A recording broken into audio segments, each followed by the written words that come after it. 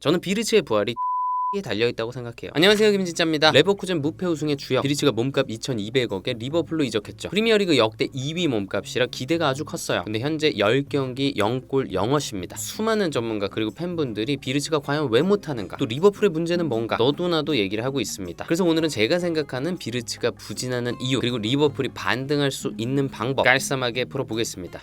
시작 전에 하고 싶은 이야기. 자, 요즘 비르츠 부진 관련 배댓을 보면 이런 얘기가 있습니다. 아니, 비르츠가 못하는 데에는 왜 이렇게 이유가 많아? 왜 이렇게 조건이 많아? 아니, 2,200억짜리 선수면 그냥 혼자 다 씹어먹어야 되는 거 아니야? 그 말이 맞긴 해요. 하지만 한편으로는 동의하기가 조금 어렵습니다. 왜 그러냐? 아시는 분들은 아시겠지만 축구라는 스포츠는 너무나 예민한 스포츠예요. 그러니까 아무리 비싼 선수여도 그 선수한테 딱 맞는 역할, 그리고 그 주변에 궁합이 맞는 동료들이 없다? 말짱 도루묵입니다. 생각해보세요. 전성기 네이마르를 오른쪽 윙어로 썼다면 어땠을까요? 우리가 아는 그 파괴력이 안 나왔을 수도 있어요. 그리고 제로톱으로 뛰던 전성기 메시를 왼쪽 윙어로서 측면에서만 플레이하게 한다면, 그리고 수비 열심히 하라고 한다면 우리가 아는 메시는 없었을 수도 있죠. 그리고 제가 정말 사랑했던 지단의 소속팀과 대표팀에 마켈렐레가 없었다면, 그래서 지단한테 볼 배급이 제대로 안 되고 지단이 수비까지 열심히 해야 했다면 제가 지단은 그렇게까지 안 좋아했을 수도 있어요. 그러니까 제가 말씀드리고 싶은 대전제가 뭐냐, 아무리 2,200억짜리 선수여도 감독이 잘 써야 된다. 아무렇게나 둬도 다 씹어먹는 선수는 이 세상에 없다. 그리고 눈치 빠른 분들은 이미 아시겠지만 맞습니다. 저는 비르츠의 부진이 비르츠 자체의 문제라고 생각하지 않아요. 그보다는 슬롯 감독의 전술, 선수 구성의 문제라고 생각합니다. 물론 비르츠 혼자서 아주 어이없는 실수를 할 때도 있죠. 하지만 그런 단편적인 장면만으로 폄하하기에는 비르츠는 너무나 놀라운 재능을 갖고 있어요. 예측 불가능한 첫 터치, 번뜩이는 드리블, 패스의 질 놀랍다고요. 참고로 저는 비르츠 팬은 아니고요, 리버풀 팬도 아니고요, 그 반대편도 아닙니다. 그냥 축구 팬이에요. 어떤 의도를 가지고 비르츠를 옹호할 이유가 전혀 없습니다. 자, 그럼 이제 비르츠가 부진하는 이유를 더 디테일하게 알아보겠습니다. 공이 원하는 때에 안 와. 자, 비르츠는 창의적인 공격형 미드필더입니다. 그런 선수를 잘 쓰려면 기본적으로 뭘 해야 될까요? 그 선수한테 공을 자꾸 줘야죠. 그리고 여기서 정말 중요한 건 비르츠가 자기한테 볼을 달라고 할 때 바로 주는 거예요. 그래야 비르츠가 머릿속으로 생각하던 그림대로 플레이가 전개되니까. 자, 그런데 지금 리버풀의 뒤쪽에 있는 선수들은 비르츠가 볼을 달라고 할 때 안 줍니다. 그래서 비르츠가 답답해하는 모습이 종종 보여요. 자, 예를 들면 이런 거예요. 비르츠가 2선에 있다가 볼이 안 오니까 3선으로 내려가서 볼을 달라고 합니다. 근데 코나테가 안 줘요. 왜 안 줄까요? 나름 이유가 있습니다. 비르츠 뒤에 상대 수비가 바짝 압박해 오니까 무서워서 못 주는 거예요. 하지만 비르츠가 그렇게 내려올 때 바로 줘야 됩니다. 그리고 다시 받으면 돼요. 이런 패스를 일명 바운스 패스라고 하죠. 자, 바운스 패스를 해야 되는 이유가 뭐냐? 바운스 패스를 받으러 올 때 상대 미드필더가 따라와요. 그 말은 뒤쪽에 공간이 생겨요. 비르츠가 리턴 내고 없어져 주면 요 공간으로 움직이는 다른 동료한테 전진 패스를 할 수가 있습니다. 자, 그리고 바운스 패스를 했는데 상대 미드필더가 우리 센터백 쪽으로 쭉 압박을 해온다? 그러면 3자로 탈압박하면 됩니다. 그리고 바운스 패스를 하면 상대 공격수가 볼 쪽으로 조금 좁히게 돼 있어요. 그러면 사이드 쪽 패스 길이 열리기도 하죠. 그리고 비르츠가 그렇게 받으러 내려올 때 바운스 패스를 해야 리버풀 볼 순환의 리듬이 유지됩니다. 그러면 상대 수비 조직이 순차적으로 흐트러지는 거예요. 이런 바운스 패스가 아무것도 아닌 것 같지만 되게 중요해요. 내려올 때 줘야 돼. 근데 리버풀 선수들은 안 줍니다. 그러다 보니까 받으러 내려오는 비르츠가 괜히 힘만 빼는 거야. 그리고 볼이 안 움직이고 그냥 갖고 있으니까 상대 수비 조직은 다시 오므려요. 그러니까 리버풀 빌드업이 안 되는 거야. 자, 그리고 비르츠가 2선에 있을 때도 원하는 때에 볼을 못 받습니다. 비르츠는 여기에서 사이 패스 받아서 돌고 싶은 거야. 근데 뒤에 선수들이 안 줘요. 왜 그럴까요? 상대 미들 2명이 요 패스 자르려고 짱 보고 있으니까 잘릴까봐 넣기 무서운 거죠. 그리고 비르츠 쪽에 공간이 너무 좁으니까 주더라도 뺏길 것 같아요. 그래서 안 주는 거야. 비르츠 입장에선 답답하죠. 왜냐면 비르츠의 최대 장점이 퍼스트 터치를 잘 해놔가지고 좁은 공간에서 차이를 만드는 거거든요. 제가 볼 땐 오직 반다이크만 비르츠가 원할 때 쫙 찔러줘요. 그러니까 비르츠가 돌아설 수 있다고. 그러면 또 뭔가 위협적인 장면이 나와요. 자, 그리고 비르츠는 뒷공간 침투도 꽤 자주 합니다. 근데 그 움직임을 포착해서 뒷공간에 킥 때려주는 선수가 부족해요. 그리고 찬스 상황 때도 비르츠는 원할 때 볼을 못 받습니다. 살라나 각포 같은 선수들은 어때요? 옆에 비르츠 주면 골이야. 근데 안 주죠. 그냥 자기가 때리죠. 맨유전 64분 살라가 밖으로 찬 거. 그거 옆에 비르츠 줬으면 골이었어요. 비르츠가 여태껏 득점을 못하는 이유 중에 하나가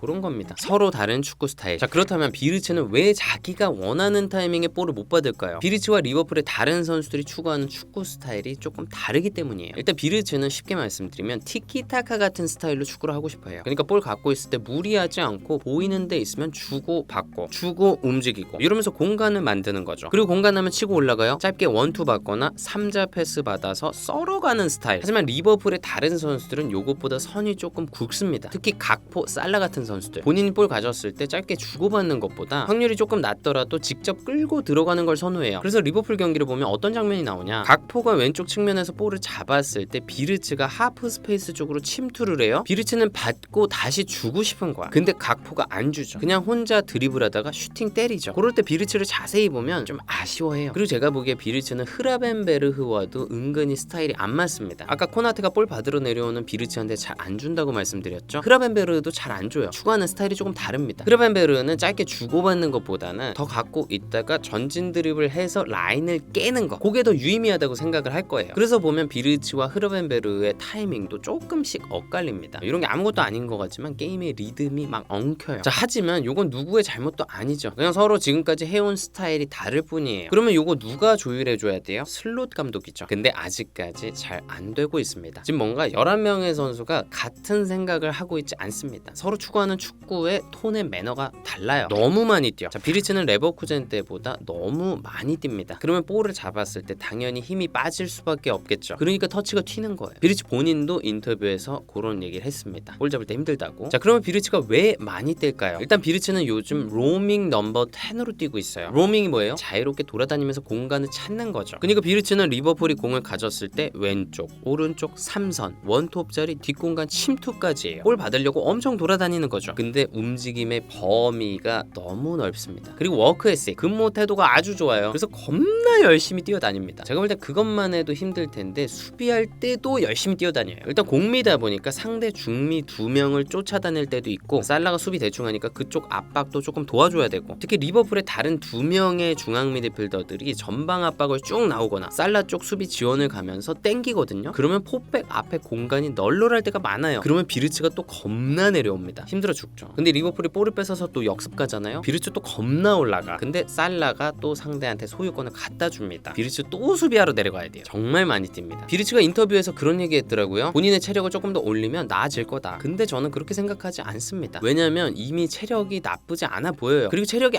아무리 좋은 선수라도 그렇게 많이 뛰면 볼 잡았을 때 터치가 튈 수밖에 없어요. 제가 볼 때 비르츠는 조금 덜 뛰게 해야 됩니다. 레버쿠젠에서도 그렇게까지 많이 뛰지 않았어요. 레버쿠젠이 기본적으로 점유를 하기도 했고, 사비 알론소가 비르츠를 3-4-3의 왼쪽 윙포워드로 쓰면서 수비 부담을 조금 줄여줬다고요. 그래야 비르츠가 공을 잡았을 때 그 천재성으로 상대 수비를 허물 수 있으니까 합리적인 판단이죠. 근데 슬롯은 비르츠를 기존 리버풀의 3미들이 많이 뛰었던 것처럼 많이 뛰라고 하고 있어요. 비르츠가 성격이 좋아가지고 열심히 하기는 하는데 뭔가 안 맞는 옷을 입은 것 같습니다. 리버풀이 부활하려면, 물론 상대나 상황에 따라서 다르겠지만 저는 이렇게 한번 놔보고 싶어요. 뒤쪽부터 알리송, 로버트슨, 반다이크, 흐라벤베르흐, 프림퐁, 그리고 3미들의 메갈리스터, 소보슬라이, 커티스 존스, 그리고 3톱의 비르츠, 이삭, 에키티케. 일단 케르케즈 대신에 로버트슨, 코나테 대신에 흐라벤을 쓴 이유가 뭐냐, 밑에서 빌드업할 때 전방으로 나가는 패스의 질을 높이기 위해서입니다. 저는 축구팀 11명은 하나의 생명체라고 생각해요. 무조건 뒤쪽에서 좋은 패스가 나가야 앞쪽에 있는 선수들이 잘할 수 있습니다. 저는 비르츠의 부활이 뒤쪽에서 나가는 패스의 퀄리티에 달려있다고 생각해요. 그런 면에서 케르케즈보다 로버트슨이 코나테보다 흐라벤베르가 낫다. 물론 흐라벤베르가 미드필더로 뛸 때의 전진 드리블, 중거리 슈팅, 이런 것들을 못 써먹는다는 게 아쉬워요. 하지만 코나테가 빌드업을 한다? 이번 시즌 리버풀은 힘들 겁니다. 지난 첼시전 때 흐라벤이 코나테 자리에 잠깐 있었거든요. 그때 이선에 전진 패스 쫙쫙 뿌려주고, 줄 데 없으니까 전진 드리블 해서 라인 깬 다음에 전진 패스 뿌려주고, 그래서 찬스가 많이 났단 말이에요. 안 그래도 아놀드도 없는데 오른쪽 센터백이 빌드업을 해줘야 됩니다. 그리고 저는 개인적으로 흐라벤을 보면서 느끼는 게 수비형 미드필더로 쓰기에는 터치가 너무 많아요. 차라리 부스케츠나 로드리처럼 볼을 빨리빨리 뿌려주면 앞에 있는 선수들이 더 살 것 같거든요. 근데 본인이 전진 드리블이 되니까 너무 오래 갖고 있습니다. 박스투박스에 8번으로 쓰는 게 제일 좋을 것 같긴 한데, 지금 스쿼드에서는 흐라벤이 뒤쪽에서 볼을 좀 뿌려줘야 된다. 그리고 3미들의 메갈, 소보, 존스를 놓은 이유가 뭐냐, 아무래도 케미를 오래 맞춰왔잖아요. 그 케미를 활용하는 게 현 리버풀의 가장 강력한 조합이다. 저는 그렇게 생각합니다. 셋이 적절히 자리 바꿔가면서 뛰고, 존스 조금만 더 열심히 뛰어주시고, 이렇게 3미들 놓고 비르츠를 3톱 중 하나로 놓으면 비르츠의 수비 부담이 조금 줄어들겠죠. 그리고 레버쿠젠 때처럼 왼쪽에서 플레이하는 거예요. 지공 시에는 자연스럽게 안으로 들어와 좋아요. 왼쪽 메잘라 위치에서 공을 많이 받으면 돼요. 그러면 우리가 알던 비르치의 모습이 나올 거라고 생각합니다. 그리고 볼을 받으러 자유롭게 움직일 때 오른쪽에 너무 많이 가진 말고 기본적으로 왼쪽에서 많이 플레이했으면 좋겠고요. 그리고 삼성까지 너무 안 내려갔으면 좋겠어요. 그러려면 비르치가 2선에서 잘 돌아설 수 있게 사이 패스들이 잘 들어가야겠죠. 그러라고 뒤에 이런 선수들 배치한 거예요. 그럴 능력들이 충분히 된다고요. 그리고 비르치가 안으로 들어오면 이삭이 왼쪽으로 빠져도 좋습니다. 측면 드리블 좋잖아요. 그리고 이삭이 측면으로 빠지면 에키티케가 중앙으로 들어왔으면 좋겠어요. 그리고 거기 생긴 공간을 소보슬라이가 오버랩 혹은 프림퐁이 오버랩, 그래서 크로스나 컷백 올려주면 좋을 것 같고요. 그리고 정말 중요한 건 프림퐁이랑 로버트스는 둘 다 올라가면 큰일 납니다. 한쪽에 올라가면 한 명은 쳐져주시고 반대로 또 해주시고 역습 안 당하려면 요게 핵심이에요. 그리고 에키티케랑 이삭이 가끔 자리를 바꿔도 좋을 것 같고요. 그리고 저는 전체적인 플레이 스타일을 비르치가 좋아하는 아기자기한 티키타카 스타일로 좀 가도 될 것 같아요. 그렇게 하라고 살라 각포를 빼본 거거든요. 다들 그렇게 할 능력이 돼요. 특히 이삭, 에키티케 이런 선수들은 비르치가 좁은 공간에서 순간적으로 연계하는 거에 반응할 만한 기술적인 능력이 있다고요. 물론 그런 순간적인 호흡을 맞추는 데는 시간이 오래 걸립니다. 근데 시간을 좀 주면 할 수 있을 것 같아요. 자, 보도에 따르면 슬롯 감독이 비르치를 꼬실 때 너 중심으로 팀을 만들겠다 이런 얘기를 했다고 해요. 제가 볼 때는 이런 식으로 해야 비르치 중심으로 짠 게 아닌가 그런 생각이 듭니다. 그리고 저는 그런 생각을 해요. 제가 손흥민 선수와 토트넘이 같이 부진할 때 손흥민이 제일 잘할 수 있는 조건을 만드는 것이 토트넘의 승률을 가장 높이는 길이다 이렇게 말씀을 드렸었는데 지금도 사실 비슷하게 생각해요. 비르치 중심으로 팀을 만드는 게 리버풀의 승률을 가장 높일 거라고 생각합니다. 자, 물론 저도 지금 딱